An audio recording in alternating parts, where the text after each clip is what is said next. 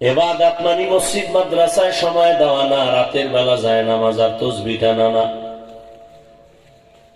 দুনিয়াতে তুমি যা করবা সব ইবাদত, জীবনে তোমার মৃত্যু পর্যন্ত যা করবা সব ইবাদত। এমন একটা কাজ তোমার নাই যে ইবাদতের বাইরে যাবে, তবে মন গড়া না, দুইটা শর্ত মেনে করো, ইবাদত হয়ে যাবে। ব্যবসা করো ইবাদত, চাকরি করো ইবাদত, বাথরুমে যাও ইবাদত। প্রথম তুমি যা করবা আল্লাহর খুশির জন্য করবা, দ্বিতীয় তুমি যা করবা নবীর আদর্শ অনুযায়ী করবা। রহমতের নবীর আদর্শ পারফেক্ট। দুনিয়াতে আর দ্বিতীয় কারো আদর্শ নাই যে নবীর থেকে ভালো আছে। এই যুবকেরা বল, নবীজির আদর্শ থেকে আরো সুন্দর আদর্শ কারো কাছে আছে? তা নবীরটা বাদ দিয়ে বেঈমানেরটা নিছো কেন? নখ কাটার মধ্যে কি নবীর আদর্শ আছে? চুল কেমনে কাটবা রাখবা নবীর আদর্শ আছে? বেঈমানেরটা নিলে কেন? মুখে বলতেছো নবীরটা ছাড়া ভালো আর কোনো আদর্শ নাই, নিও না কেন নবীরটা? তুমি জান্নাতের আশা করতেছো রাসূলের সাথে দুশমনি করে।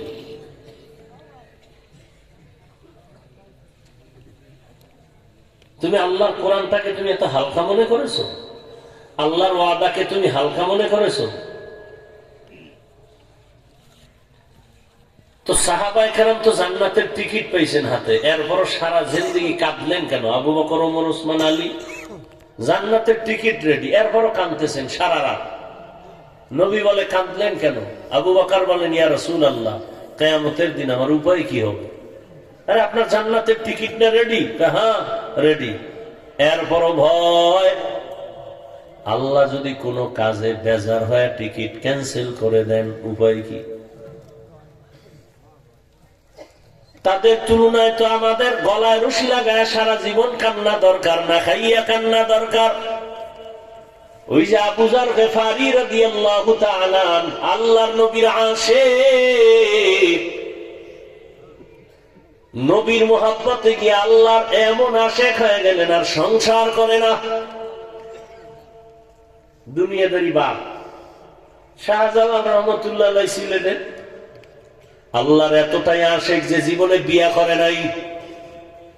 আর শাহজালালের ভণ্ড ভক্তগুলো বিয়ার পিছনে বিয়া করে আল্লাহর এই মানে না, রসুল মানে না। শাহজালালের দরবারে যায় সফরে, গাড়িতে ব্যানার লাগাইয়া শাহজালালের মাজার জিয়ারতের নামে ঘুরে, জাফলং যায়, অমুক জায়গায় যায়, পাহাড় যায়, ঝর্ণা দেখে। কিন্তু এত বড় বদমাশ, শাহজালালের দরবারে যায়, এক ওয়াক্ত নামাজও জামাতে পড়ে না। শাহজালাল বেনামাজি ছিল, তো তুমি তার বেনামাজি হয়ে ভক্ত হইলা কেমনে? তুমি তো শাহজালালের পৃথিবীতে কোনো দুশ্মন থাকলে তুমি বড় দুশ্মন, তুমি ভক্ত দাবি করো কেন? ভক্ত তো আমরা। শাহজালাল আল্লাহরে নিয়ে পাগল, নামাজ ছাড়ে না, রোজা ছাড়ে না, দাড়ি কাটে না, বেপরদায় চলে না। পুরা সিলেট শহরে গৌর গোবিন্দের আস্তানা ধ্বংস করার জন্য একটা বেতের বাড়িও লাগে নাই, আন্দোলন লাগে নাই, কোন স্লোগান লাগে নাই, রাজপথে কোনো মিছিল মিটিং লাগে নাই।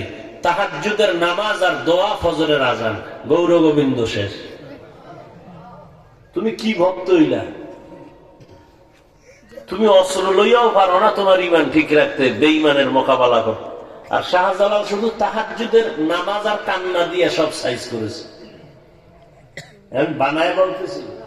তা তুমি এমন কি ভক্ত যে তুমি বেঈমানের মোকাবেলায় তুমি অস্ত্র দিয়েও টিকতে পারো না? হ্যাঁ, সম্ভব না। একটা কথা মনে রাখবেন, বলে গেলাম, কোন বেনামাজি সুদখোর হারামখোরের হাতে ভালো করে মনে রাখবেন, আল্লাহ ইসলামের পতাকা দিবেন না। মনে রাখেন, কোন বেনামাজি সুদখোর, ঘুষখোর, হারামখোর, এর দ্বারা আল্লাহ জমিনে কোনদিন ইসলামের পতাকা উঠাবেন না। অতএব কোন বেনামাজি সুদখোর যদি বলে আমি ইসলাম কায়েম করব, মিথ্যাবাদী, ধোঁকাবাজ, কশিন কালেও না, চিন্তা করলেও গুনাহ হবে। আল্লাহর দিন এত দুর্বল না। আল্লাহ কয় তুমি কে বেনামাজি? কে তুমি? তুমি হারামখোর, তোর কাছে আমি ইসলাম দিব কেন? তোর কাছে তো ইসলাম দিব না। ইসলাম যদি কোনো ব্যক্তি দিয়েই আমি টিকাইয়া রাখার চিন্তা করতাম তো মুহাম্মদের নিতাম না। বড় অন্য নবীদের হায়াত 100 বছর, 200 বছর, 800 বছর। আর আমার প্রিয় হাবিব কেমন বন্ধু মুহাম্মদ! মুসা আমার বন্ধু, ইব্রাহিম আমার বন্ধু, ইসমাইল আমার বন্ধু, ইউসুফ আমার বন্ধু, দাউদ আমার বন্ধু, মোহাম্মদ আমার বন্ধু। ব্যবধানটা কোথায়? সব নবী আমি আল্লাহর আশেক, আর আমি আল্লাহ একা মুহাম্মদের আশেক। সেই বন্ধুর হায়াত কত? 63 বছরে নিয়ে গেছে। অতএব তুই বেনামাজিরে আমি ইসলাম দিব টিকে রাখতে না, এই স্বপ্ন দেখিস না। কোনদিন আমি বেনামাজির হাতে ইসলামের পতাকা দিব না। আমি কারে দিব? আমি নতুন মানুষ বানাবো। সব যদি সমাজের হারামখোর হয়, আমি আল্লাহ আলাদা নতুন মানুষ বানায় দিন টিকাবো। দিন হেফাজতের জিম্মা নিছি আমি, মোহাম্মদের হাতেও দেই নেই। তুমি কে? মাস্তানি করো আর নেশা পান করো, নামাজ বাদ দিয়ে তুমি ইসলাম কায়েম করবা? এত সোজা? কে তোমাকে এই কথা বলেছে? কে বুদ্ধি দিয়েছে তোমাকে? উল্টা বুদ্ধি কে দিয়েছে? এই স্লোগান কে শিখিয়েছে তোমাকে? কোন বেনামাজি, সুদখোর, ঘুষখোর, হারামখোর, আল্লাহ দুশ্মনের হাতে আল্লাহ কোনদিন ইসলামের পতাকা ধরাবেন না, উঠাবেন না, দিবেন না।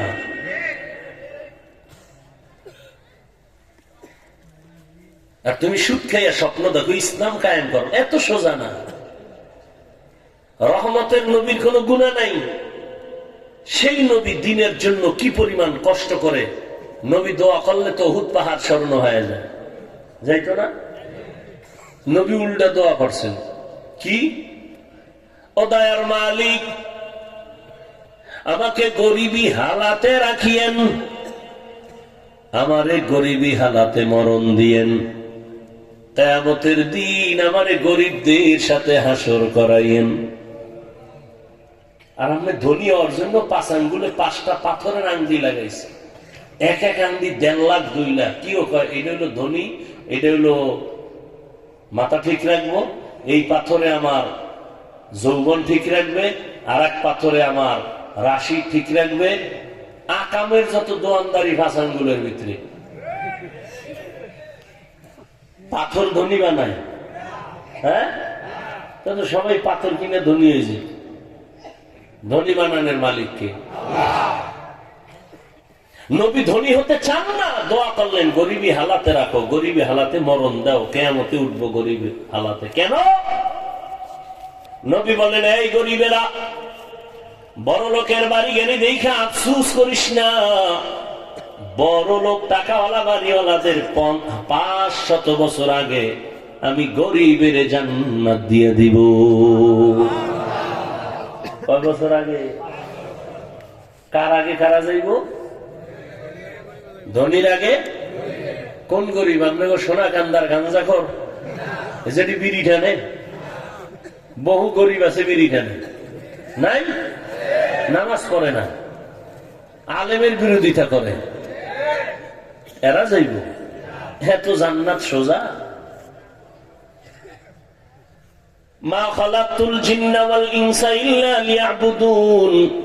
ইবাদতের জন্য আল্লাহ বানাইছেন ইবাদত। চাকরি করো ইবাদত, ঘুমাও ইবাদত, কান্না করো, হাসি দাও ইবাদত, বাথরুমে যাও ইবাদত, স্কুলে পড়ো, কলেজে পড়ো, সব কিছু ইবাদত। 2 শর্ত। যা করবা আমার আল্লাহকে খুশি করার জন্য, সব হবে মদিনাওয়ালা নবীর আদর্শ অনুযায়ী। নবীজির থেকে আরো সুন্দর আদর্শ তোমরা বলছো নাই। এরপর আমি অপশন দিয়ে দিলাম, কেউ যদি বলো হাফিজ ভাই মদিনার নবীর আদর্শ থেকে আরো সুন্দর আদর্শ আছে শেখ মুজিবুর রহমানের মধ্যে, আমি হাফিজুর রহমান কসম খায় বলে যাই, সোনা কান্দার মানুষ, আমি নবীরটা বাদ দিয়া শেখ মুজিব সাহেবেরটা নিব যদি ভালো প্রমাণ করতে পারো।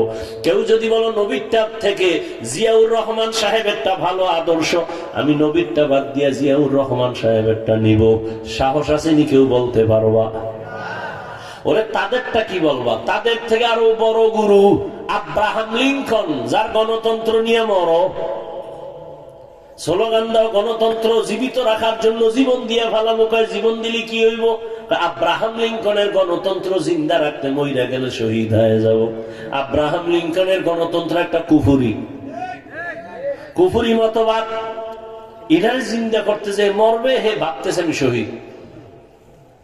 মামার বাড়ির আব্দা শহীদ। আব্রাহাম লিঙ্কনের আরো বড় পণ্ডিত, আর উপরে মহা পণ্ডিত গেল ইতিহাসের পৃষ্ঠায়, যাদের নাম মাও সেতুনের আদর্শ, লেনিনের আদর্শ, কার্ল মার্ক্সের আদর্শ। এক কথায় জবাব, দুনিয়ার সবার আদর্শ নাপাক, একমাত্র মদিনাওয়ালা নবীর আদর্শই হলো পাক। তুমি ঠিক কইলে ঠিক হবে, আর তুমি চুপ থাকলে বেঠিক। হ্যাঁ, রহমতের নবীর আদর্শ ১৫০০ বছর হয়ে গেল, নবী নাই। মাঝে মাঝে সোনাকান্দা মসজিদে নবী আসে, দেখা করে যায় উম্মতের। কি নবী এখানে আইসা উম্মতের খবর নেওয়াটা নবীর সম্মান, না উম্মতের খবর ফেরেশতারা নবীর কাছে পৌঁছায় দেওয়াটা সম্মান? এই বুঝার মেধা নাই, মেমোরি হ্যাং হয়ে গেছে। তুমি টা নবীরই, তোমার খবর নিতে নবী। তোমার বউ পর্দা করে না, তোমার দোকান চলে লোনের টাকা, সুদের টাকায়, তোমারে আসবে নবী দেখতে। নবীর এত ঠেকা। নবী কিন্তু ইঙ্গিত দিয়ে গেছে, ৭২ দল মুসলমান জাহান্নামে যাবে। কোন হিন্দু বৌদ্ধ নাই এই ৭২ দলের মধ্যে, সব মুসলমান। মুসলমানের মধ্য থেকে ৭২ দল জাহান্নামে যাবে, এক দল জান্নাতে যাবে। অতএব নবীর আদর্শ পাক, অন্যদের আদর্শ কেন না পাক? একমাত্র তার জবাব, ওই মানুষগুলো না পাক, এজন্য তার থিওরি না পাক। কারণ এই মানুষগুলো যাদের নাম বললাম, এইরকম আরো যত মানুষ আছে দুনিয়াদারেরা, এরা ৩ বেলার খাইয়া এরপর মদের বোতল নিয়ে দৌড়ায়, গাঞ্জা খায়, কত নেশা করে না? মদ পান করার পরে তার মেধা ঠিক বলেন? মদ পান করিয়ে আপন বউরে মা কয়। কোনদিন মদ পান করে কেউ জিকির করছে? লঙ্গি খুলে নিছে, মদ পান কইরা মাতাল হয়ে গেছে, কাইতুই কইরা একটা তো বইরা মইরেই গেছে। হে হইল মসজিদের সেক্রেটারি। আপনাকে হেনেন না, আর আপনাকে এখানে না ঠিক আছে, কিন্তু এটা আশ্চর্যের কিছু না। কারণ এখন শিয়ালের হাতে মুরগি, শিয়ালের হাতে মুরগি দিয়ে কয় ৩ দিনের আমানত। শিয়াল কয় দোয়াও চাই, মাফও চাই, একদিনও না, জিন্দা কেন মরাও দিব না। শিয়ালের হাতে মুরগি রাখলে যা হয়, বেনামাজি সুৎখরের হাতে ধর্মের চাবি থাকলে তাই হয়। এই বেনামাজি সুৎখরের হাতে ধর্মের চাবি দিছে কেডা? জিব্রাইল। কারা দিছে? আমরা কিন্তু খুব কষ্ট লাগে না? ভোটের আগে টাকা খাইছো ভোর রাত্রে, এনে কষ্ট লাগে নাই? পায়খানা খাইছো ভোটের আগের রাত, চেয়ারম্যানের ভৈর বানাইছো খাইয়া। চেয়ারম্যান মাথায় দিয়ে বয়ে রয়েছে, আমার উপায় কি? আমগো কপালে যে দিয়ে আইব, তুই চেয়ারে বইয়ে সব আমগোটি খাবি। চেয়ারম্যান কাছে তার টেনশন নাই। চেয়ারম্যান জনগণটা খাইলে তোমার কষ্ট লাগে কেন? তুমি যে হেডটা খাইছো খবর নাই? তুমি ওই হারাম খাইয়া, পায়খানা খাইয়া চেয়ারম্যানের বুঝাইছো, তুমিও খাইও। জনগণ সুৎখোর হলে নেতা সুৎখোর হয়, জনগণ হারামখোর হলে ওর নেতাও হারামখোর হবে। এটার নামই আল্লাহর সিস্টেম। আর জনগণ যদি সৎ হয়, তাহাজ্জুদওয়ালা হয়, এর নেতা যারা দায়িত্ব নিবে এরাও তাহাজ্জুদওয়ালা হবে। আল্লাহ হেদায়েত দান করুন। নবীর আদর্শ কেন পাক? অন্যটা না পাক কেন? তো বললাম নবীরটা কেন পাক? বলে নবী নিজেই পাক। 63 বছর হায়াতে নবী কোনদিন মিথ্যা কথা বলেন নাই। আর তোমগো আমগো নেতারা মোবাইলটা কানে লাগায় ঘরে বইয়া কয় আমি জমিনে নাই। জমিনেই নেই। কয়টা টাকা পাইবে কে জানি, হে ডরে ঘরে, জমিনে নাই আমি।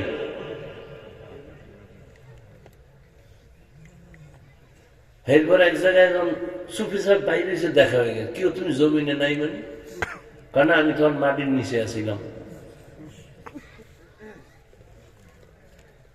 এই পরিমাণ মিথ্যা কথা দিয়ে জবানটাকে নাপাক করে রাখছে। আর রসুল জীবন 63 বছর হায়াতে ভুলেও কোনোদিন একটা মিথ্যা বলেন নাই।